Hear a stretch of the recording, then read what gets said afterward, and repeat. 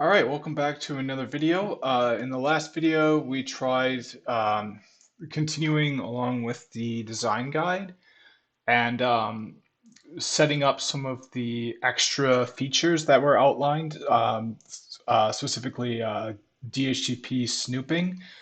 We had a problem in the lab though, where there was really kind of unexplained, unusual behavior with especially with failover when I would um, shut down one of these distribution switches. Failover really wasn't working properly. Now, when I was using VRRP, everything was fine. So I'm not sure if it's something with VSX or something like that.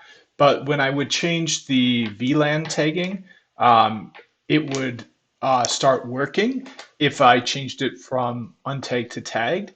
But then if I did the load balance or the high availability testing again by shutting down a distribution, it would similarly go into a state where it obviously was having serious issues.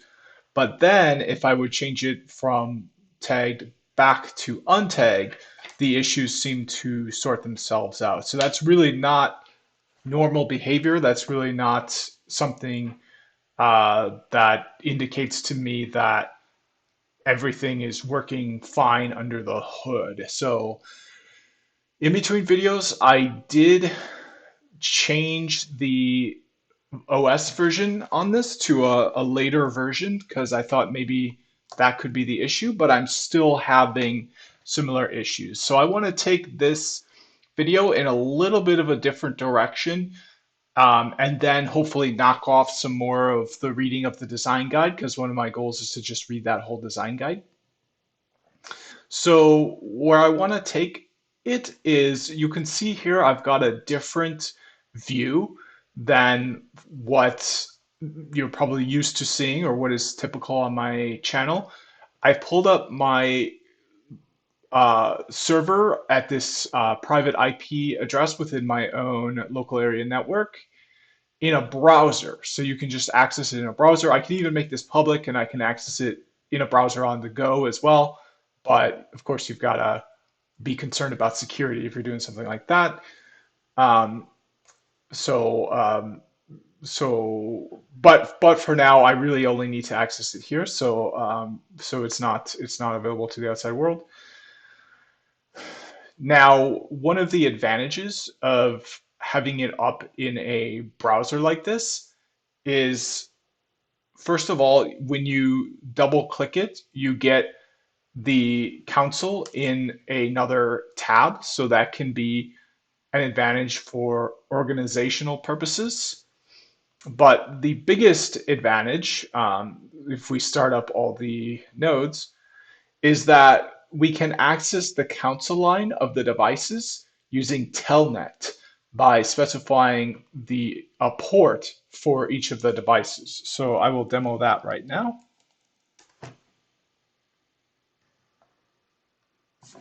And I will do Telnet and make sure I have it. I do. Okay. Telnet 192.168.1.8 and then specify a port 5010.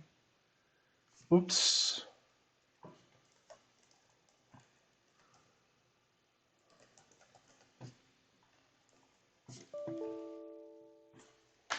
Oops, and I got a new keyboard, so better use that. But I don't have enough ports on my keyboard, unfortunately. Or I don't have enough USB ports on my machine.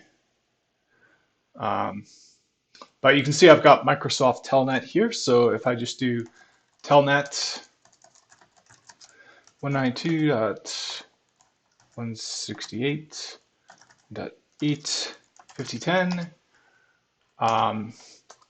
So I've got so now you can see I can access my devices using my own terminal and not using the one that's integrated with GNS. So that's a huge advantage because now I can go and use kind of the terminal of my choice, and I'll show what that is. In addition, you can also, for quick access for pings and stuff, you can just pull up another tab like this and get in a really quick and easy um, organized access to your devices just by doing that.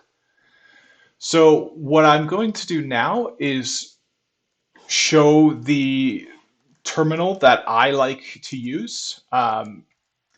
So if I'm on a Windows PC and I don't have Secure CRT, my favorite one that I use is Secure CRT, but it requires a license. So if you're in a situation where you don't have a license to Secure CRT, the terminal I recommend is Terminator on Windows using the Windows subsystem for Linux. So it's a bit of a beast to set up, but I'm going to be going through that process right now. And then when I access my home lab, I'll be using Terminator. So, okay, so and yeah, I'm completely out of USB ports, so I don't even know how to handle this right now. Um, okay, I've got an external keyboard here that if I can get this up, then I can have more ports because this external keyboard has more ports on it. I bought a new keyboard that's kind of nice to work on, but there's no like extra ports. It's not wireless, so it's very low thrills.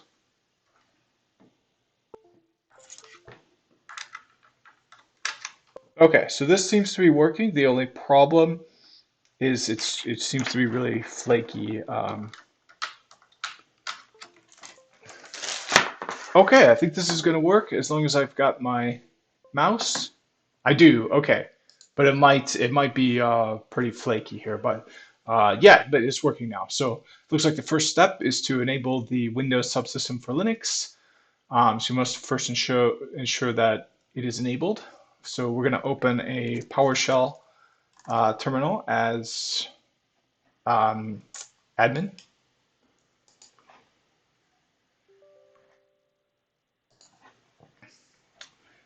Okay, and then we'll put in the first command here.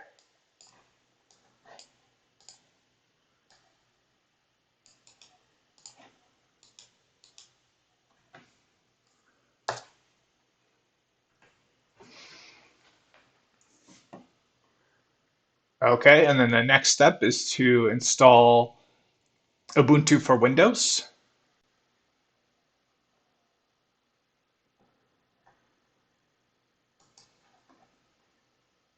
So, okay, we don't need to restart, it says, so everything's good to go there.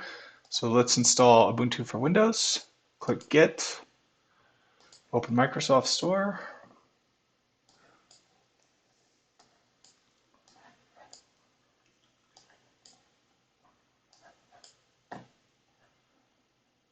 All right, so we've already got it installed here, so we'll launch it.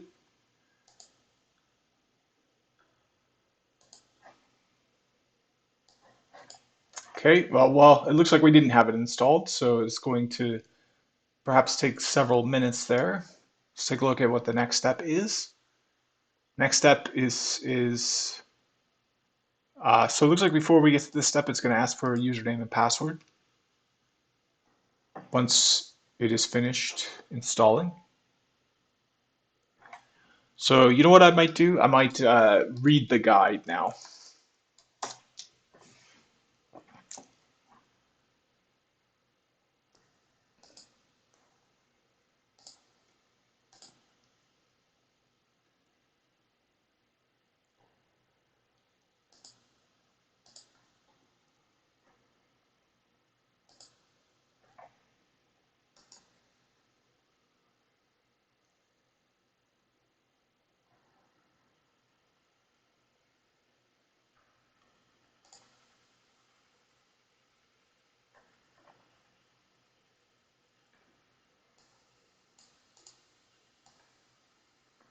Okay, so we're going to move on from the hands-on for now because everything is behaving so strangely.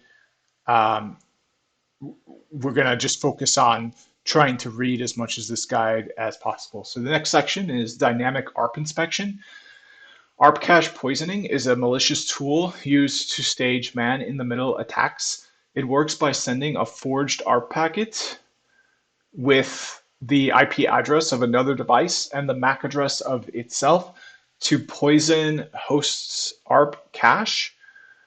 This means traffic destined for the legitimate device will instead be sent to the attacker. The attacker can then forward the traffic to its intended destination, making it look as if the traffic was never interrupted. Dynamic ARP Inspection, or DAI, is a tool that can be used to mitigate this threat. DAI uses the DHCP snooping database for IP to MAC address bindings. DAI then accepts all ARP packets and forwards and drops any packet where the IP to MAC address binding is not valid. So in order to set up dynamic ARP inspection, you first need DHCP snoop. So before reading this next section, I'm going to set my username and password.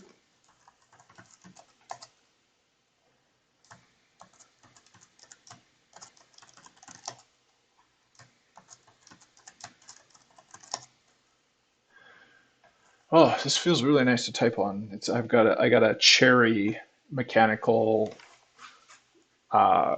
keyboard. It's like really cheap.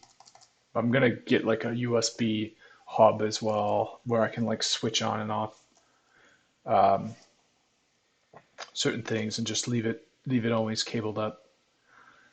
Um, so it's like cabled up to two PCs, and then whichever PC I want it to run on, I flip off the other one and then I flip it around. It's because right now I'm just like plugging cables in and out, and it's just so bad.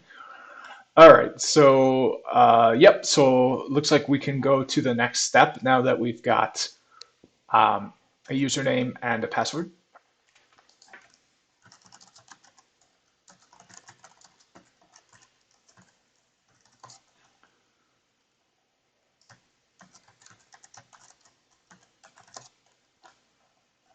Sweet.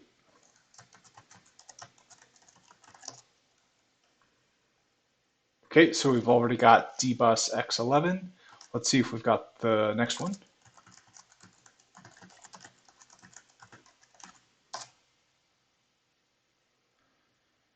All right, so now we will have a Ubuntu subsystem running in Windows. But the problem is we cannot run any Linux application with the GUI out of the box. We need an X server to do that. So let's get one. We're going to get VCX SRV.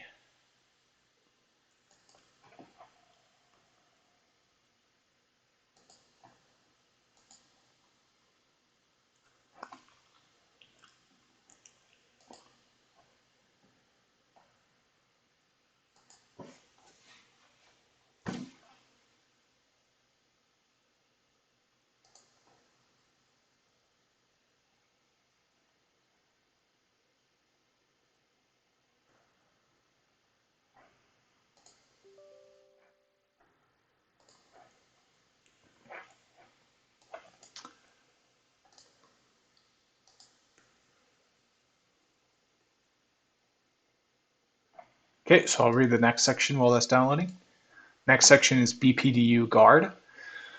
In L2 networks, loops can be your worst nightmare. To combat this, we use STP, Spanning Tree Protocol, but this can also be used to hurt the network if we don't protect it. In Spanning Tree, a root bridge is elected. This decides which ports will be put in a forwarding or blocking state.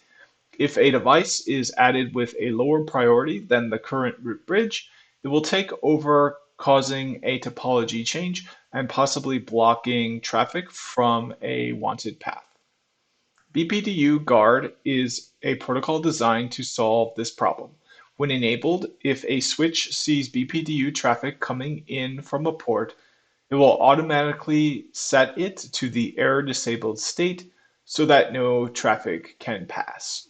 So much better just to have that one port plugged into that rogue device shut down rather than to have just some seemingly random port shut down. It could be an uplink to the other devices. So Bpdu Guard is definitely the way to go. So let's see what the next step is in this install guide here. So after installation, use the following command to create a new desktop shortcut. So it looks like I closed my PowerShell with administrative privileges, so I'll reopen it.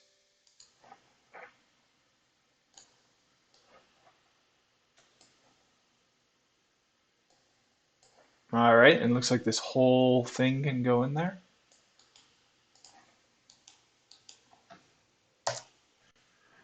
Oh, so we've got so I think it's because, let's see here. So C drive, program files, and then, oh, no, it's there. It's definitely there. AC, Terminator. So it looks like there was an unexpected character.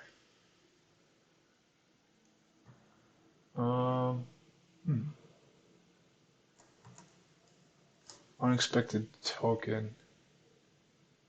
I guess the :0 it's not expecting. So maybe I'll try just removing that.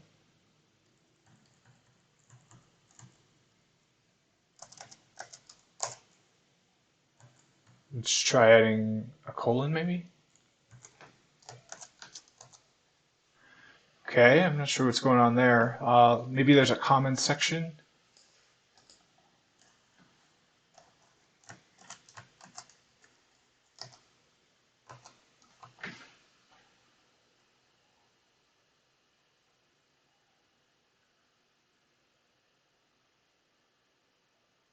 Oh, you know what? Maybe this belongs in the Linux shell. Let's try it there.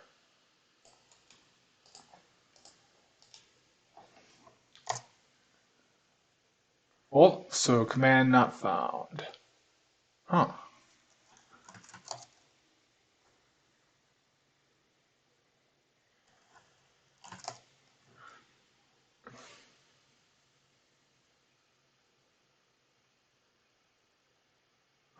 Oh, I see. Never mind. So I get it. I get it. So we're gonna add the following command in the properties shortcut target.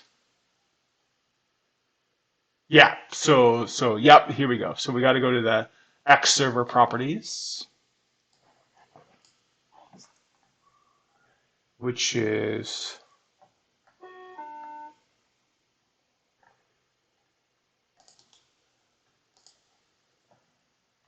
um hmm.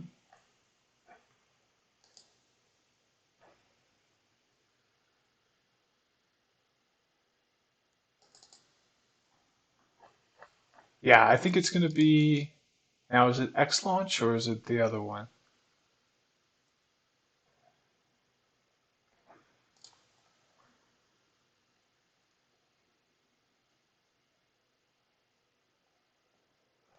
Oh, okay. So I think you need to create a desktop shortcut. So we're gonna do new shortcut like that. Okay. So what do we want the shortcut for? We want it to be for this.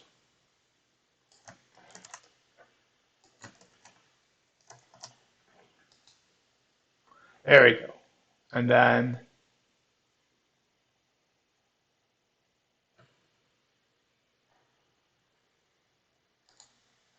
oh, never mind. Okay, now I get it. Now I get it. So I'm going to cancel that. So after I installed the Xlaunch, I got a desktop shortcut coming here. So I've got to edit this shortcut by going to Properties. And then we're going to change the target here. So instead of running xlaunch.exe, we're going to run this command here. There we go.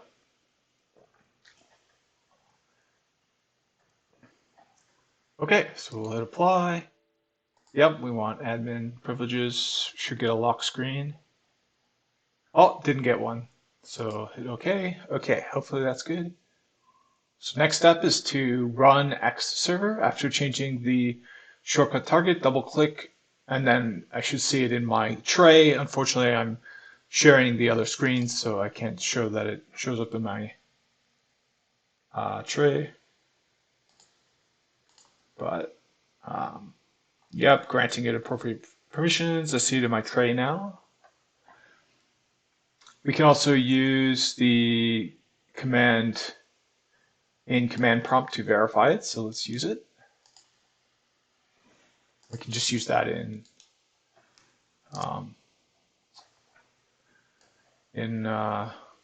PowerShell. Okay, so it looks like we got a bunch of things. I'm not sure what. So we got a bunch of things on port 600, so I think we're good to go.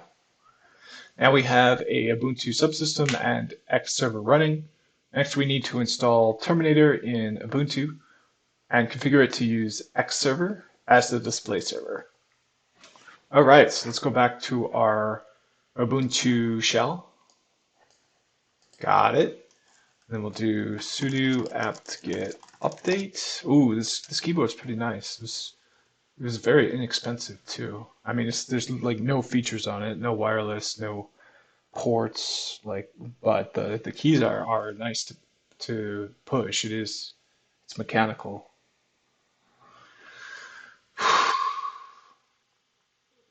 Definitely better than my keys on my laptop, which are like all busted and stuff. All right, let's keep reading the design guide. We'll read about 802.1x. Authentication. Oh, and I lost my place.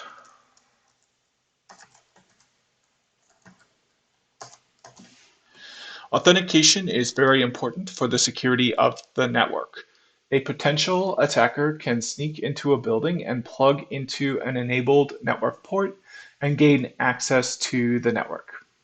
802.1x is an IEEE standard used for restricting unauthorized access to the network by making users authenticate before they are allowed onto the network.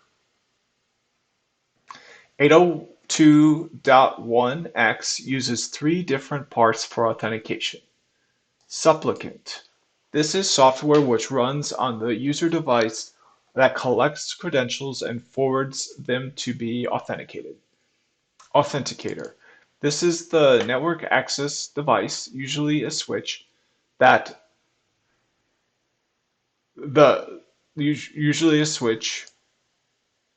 the supplicant sends the user credentials to. The credentials are then forwarded to the authentication server. Authentication server. This is a radius server that validates the credentials based off information in its database. Cisco Umbrella. With remote workers and sites being more prevalent in today's networks, it can be difficult to secure the network from malware and phishing attacks. Cisco Umbrella provides a first line of security for wherever users access the internet by using DNS as a security tool. Since DNS is a core part of the internet, it is used to block requests to malicious domains and IP addresses before a connection is established.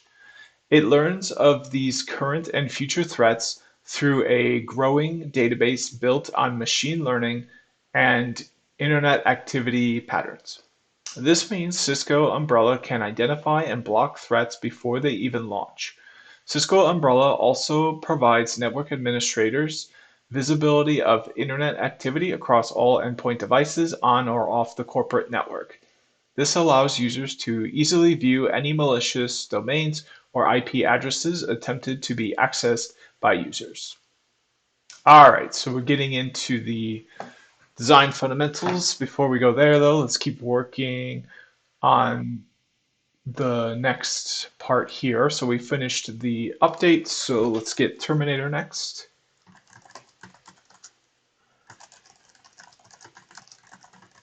Ooh, that's nice. I like this keyboard.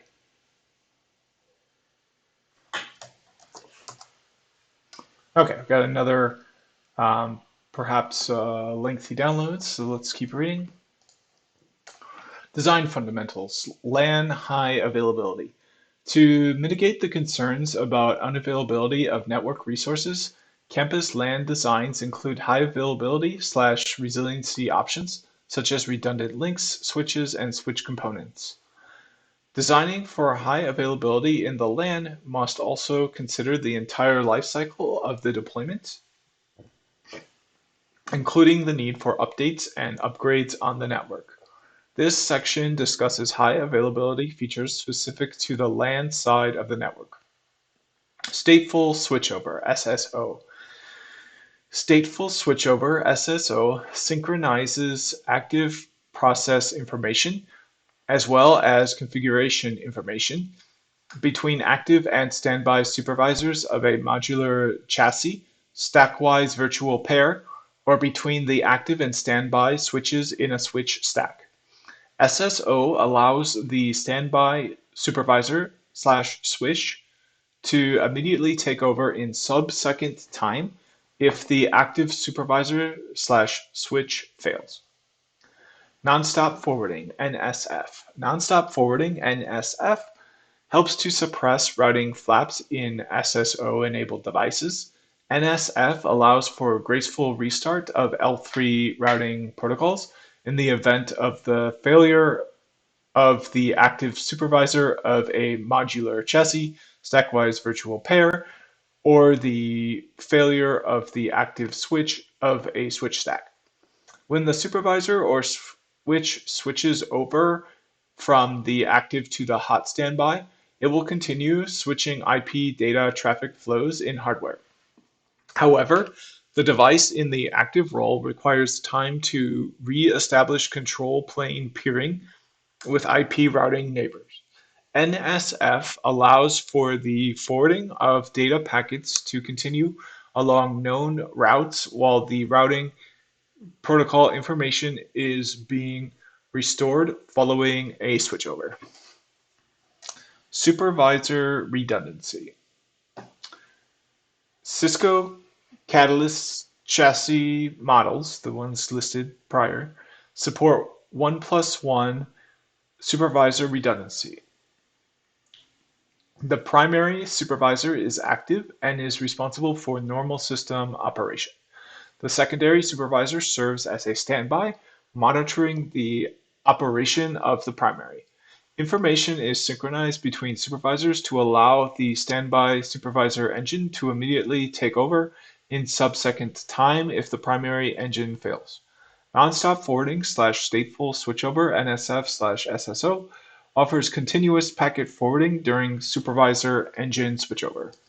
Note, when implementing 1+1 supervisor engines on Catalyst 9400 series switches, the active uplink ports are automatically spread across the two supervisors for link level resiliency. The Catalyst 9600 series supervisor engine does not support uplinks on the module itself. For link level resiliency on the Catalyst 9600 series, spread uplinks ports across the switch line cards. Okay, so before reading this next section, we're going to keep...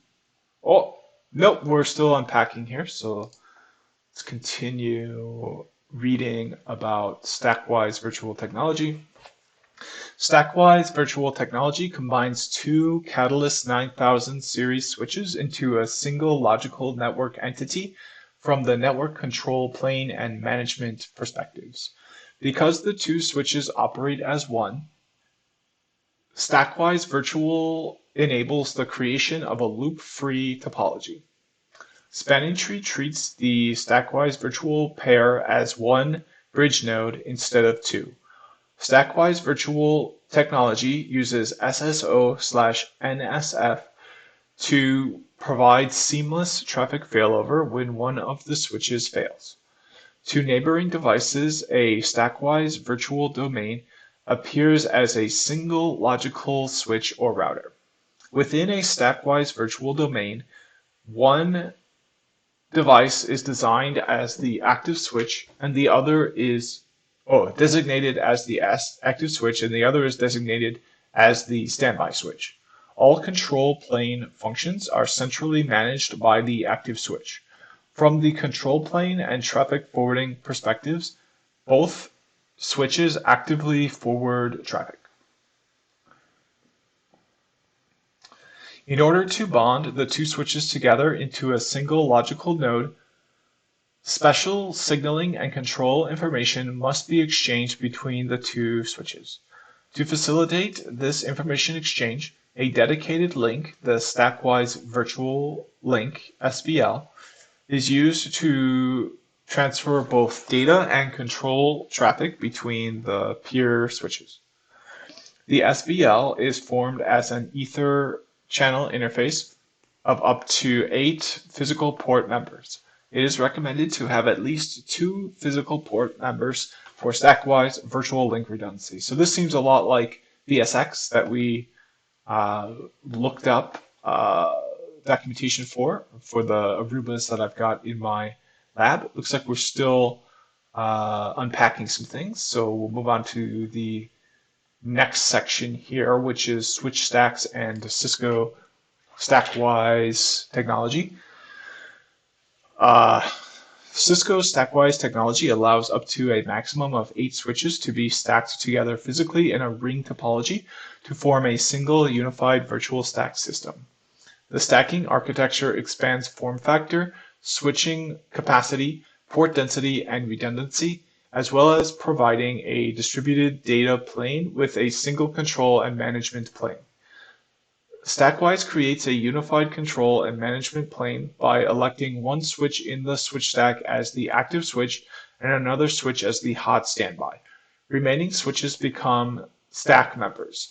To logically appear as a single virtual switch, the iOS daemon IOSD process on the active switch of the stack centrally manages all management plane and network control plane operations with layer 2 and layer 3 protocols.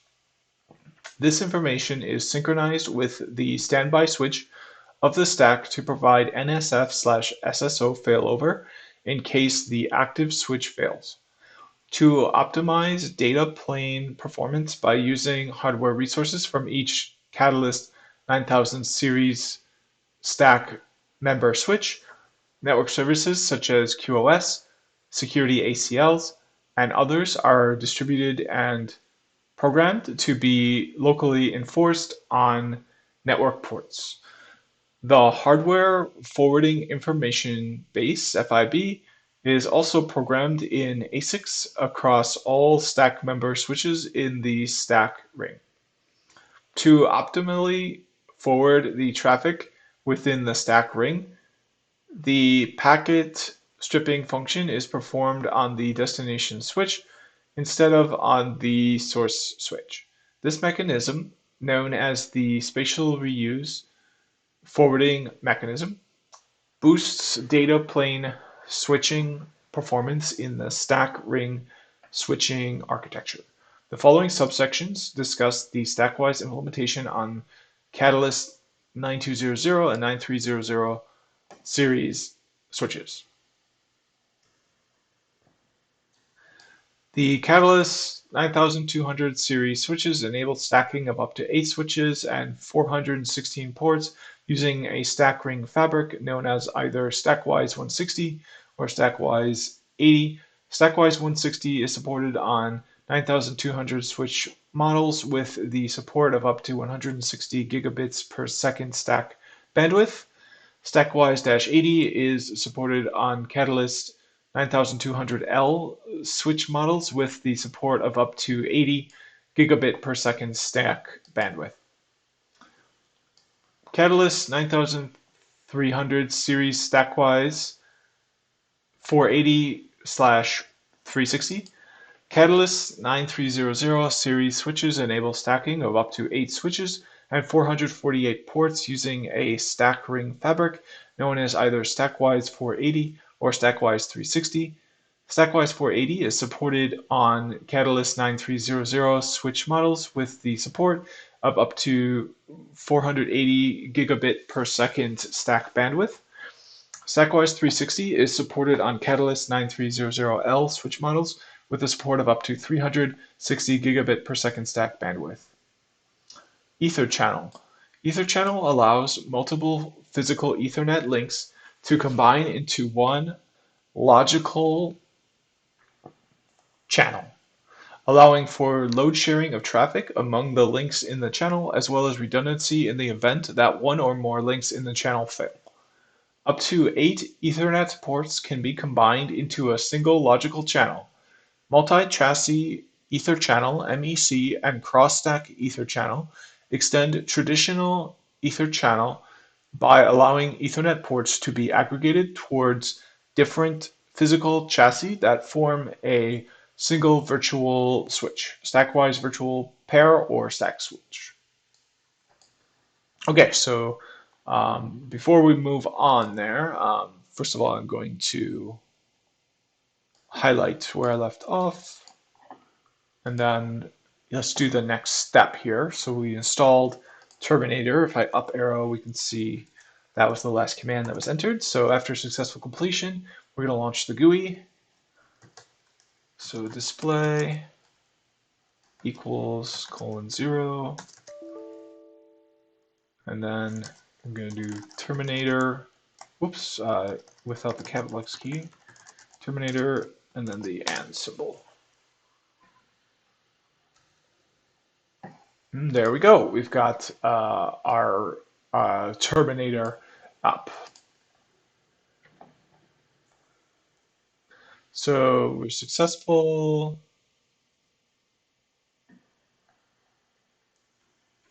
Okay, so yep, that's a lot of steps, but the good news is we now got Terminator, so we can open windows at our will. We can also group the windows together. So we're going to call this my group, and now we can add all of the windows to my group. And now what you send to one, you send to all in the group.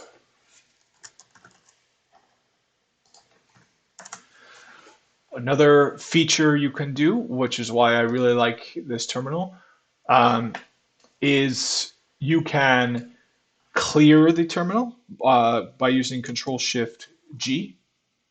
Looks like you can only do it to one. It doesn't apply to everyone in the group. Let's split the, yeah, we're going to take these out of the group here. So if I do Control-Shift-G, now I cleared the terminal out. Another thing you can do, so we've got test, find me. So now you can do Control-Shift-F, and now you get a search. So if you type in what you're searching for, and then always hit this wrap, because then if it gets to the bottom, it'll wrap around and search from the top. So now you can hit enter on that, and if there's a match, it'll appear on the topmost line. So we found test. Let's see if we found it again. Nope, it only shows up once. Found it at row 50. Let's see if we can find find. Found it at the very top there. And let's see if we can find me. So this is where it's perhaps a little bit more limited than some other terminals. It found me at row 77, but it ran out of rows to display it right at the top. So unfortunately, it's just kind of buried in the middle of this window. Not super ideal, but for a free terminal that you don't have to pay for, I mean, that is just absolutely amazing. And not only that, I think you might be able to get, so what is insert terminal number?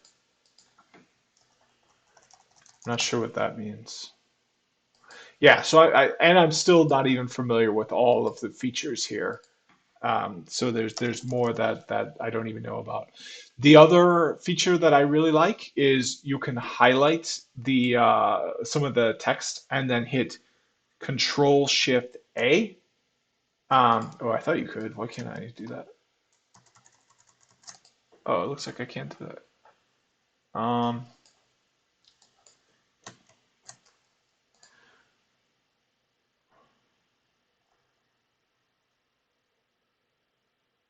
Oh, it looks like you can even just hit Broadcast All.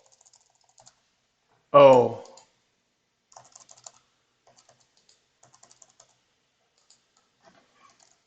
yeah. If you just hit Broadcast All, you don't even have to um, create groups.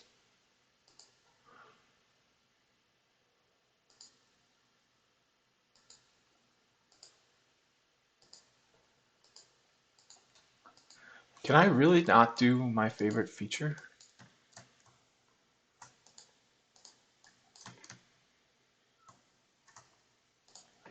Well, anyway, maybe it's page up.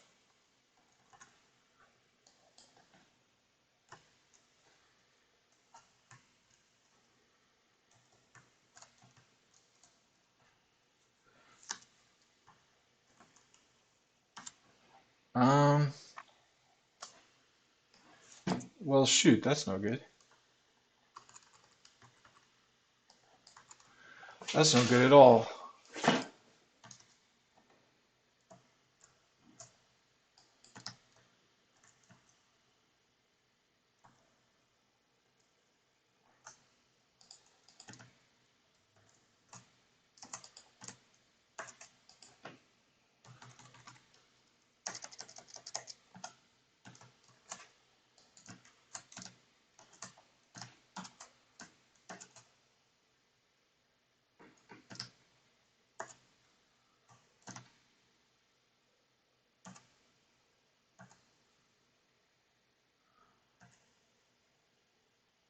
Okay, so all sorts of stuff. I don't even know what half of it is.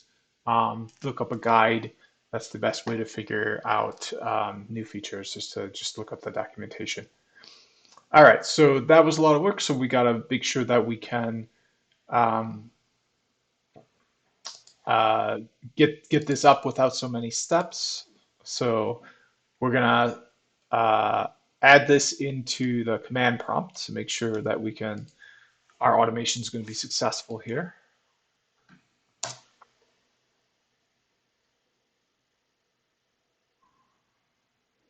Uh, so it looks like I'm actually not able to. Um, oh, it looks like it actually didn't quit all the way.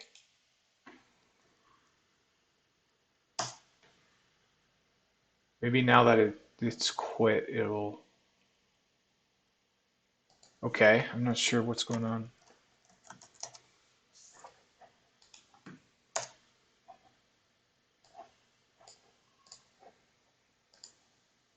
I think I need to quit it all the way. Yeah, so let me hit exit.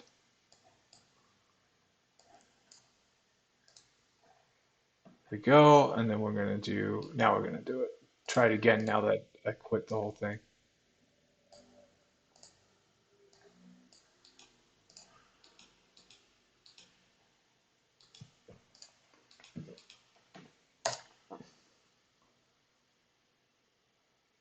Oh,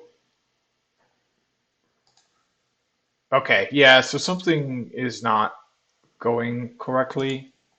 Oh, you know what? Maybe it's because I don't have. Oh, I do have Bash.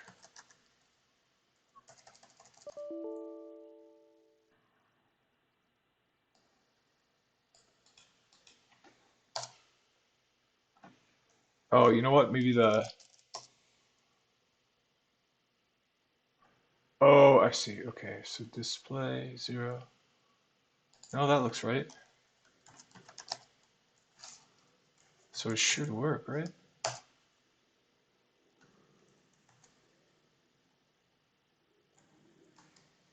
Where's the L-C?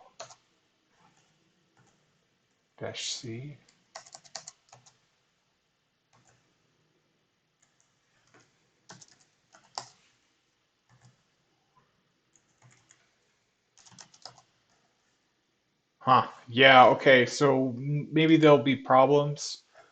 Now let's just move on to the next step. So if you're getting access denied error, so I'm not getting an access denied error, but I am getting an error. So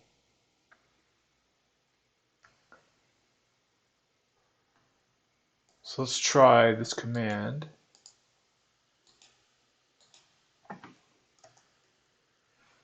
So yep, we've got Ubuntu.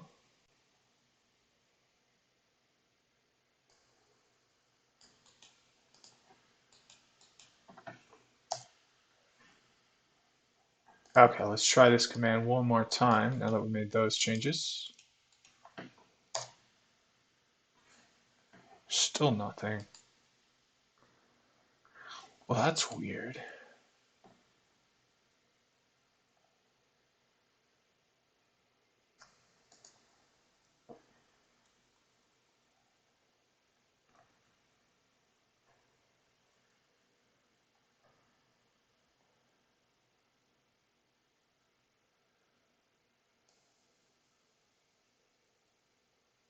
Okay, so let's create our Vbs script. So we'll make it in my documents, and then we'll do new text document. It's going to be start terminator.vbs. There we go, and then we'll edit it in Notepad.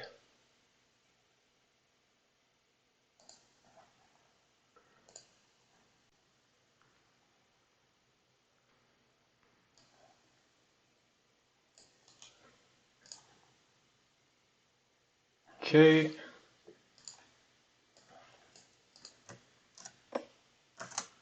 There we go. And then we need yeah, so the target is going to have two things in it, but it looks like we don't need an AND symbol. We'll make another shortcut here. It's going to be called Terminator.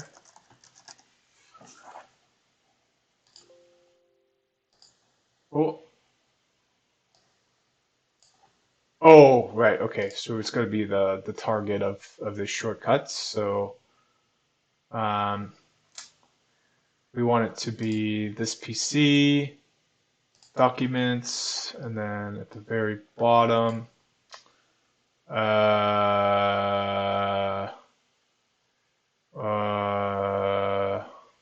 what's it called again? What did I save it?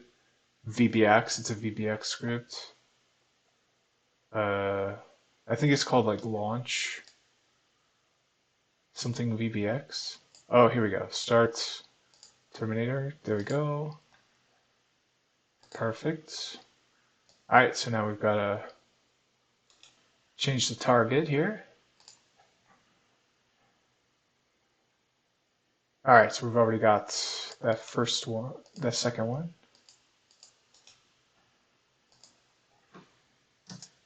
All right, that looks good to me.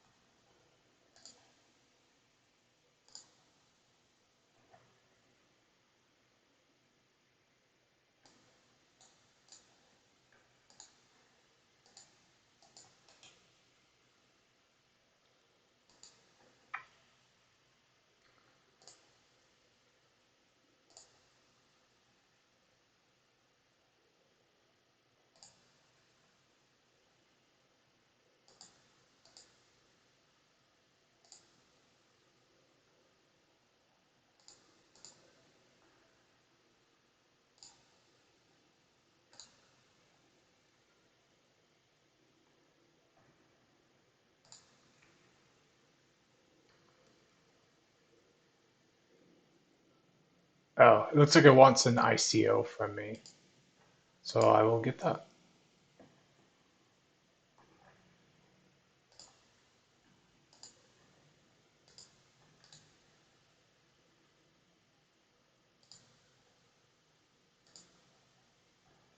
There you go.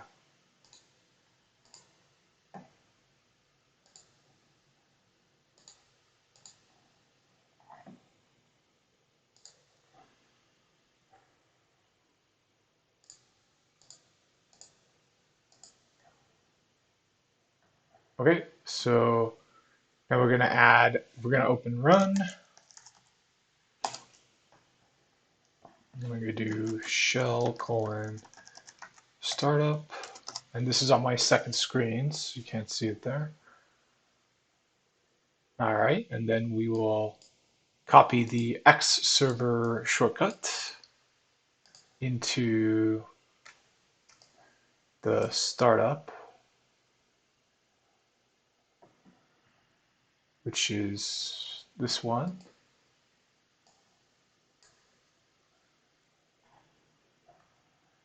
And then we're gonna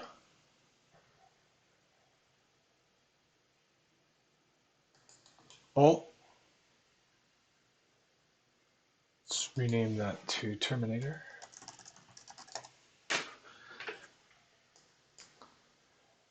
Okay, and then in Ubuntu,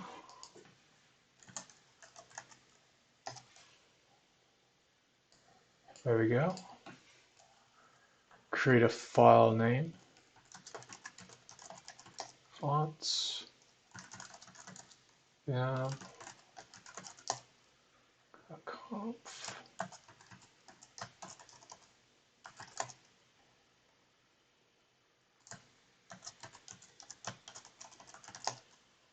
There we go.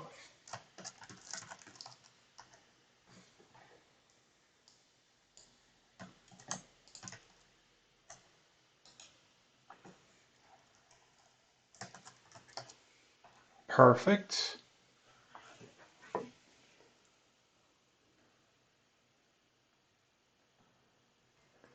Okay, so now let's open Terminator. We should see Windows fonts in the settings menu. Oops, so it looks like that didn't do anything.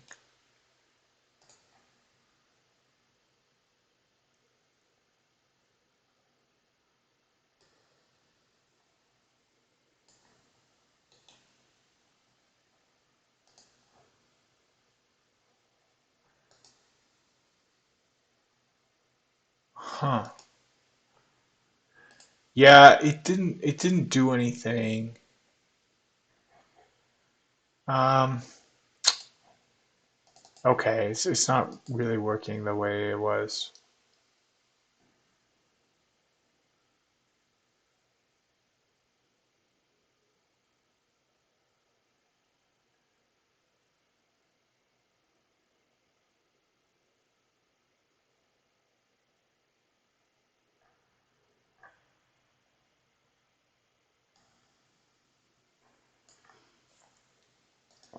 All right, so that didn't work, but if I could get that working, then I can just access it here in multiple windows, be much, much easier.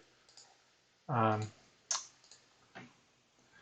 yeah, and I can get it to work if I do this, bash, and then uh, just put that in there. Oh, but first I need to, yeah, I need to start an X environment.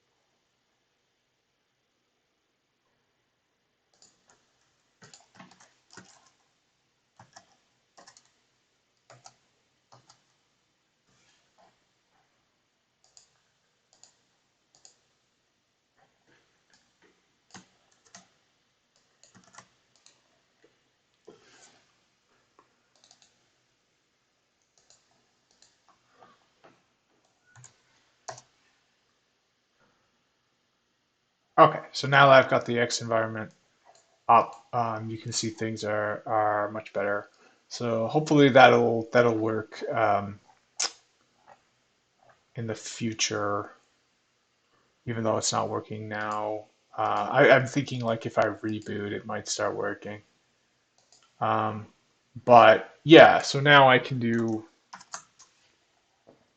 Telnet log into my gear here.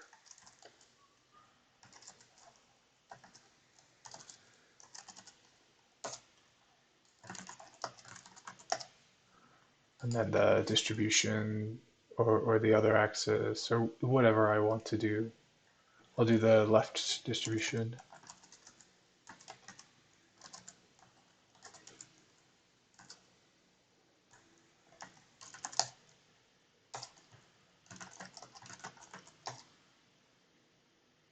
And there we go. You can see my window management is much easier. I can broadcast to all and do like a show in status or a show in brief rather on these. And yeah, so that makes everything a lot easier on me. Okay, so that's the end of that. It looks like there's still plenty more to read of the design guide here, not even close to halfway done yet.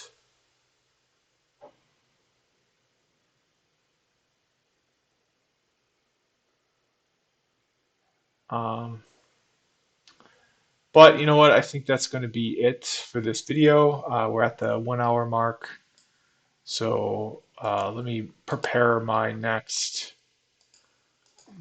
description. I'll add in the description the link to the guide I just went through.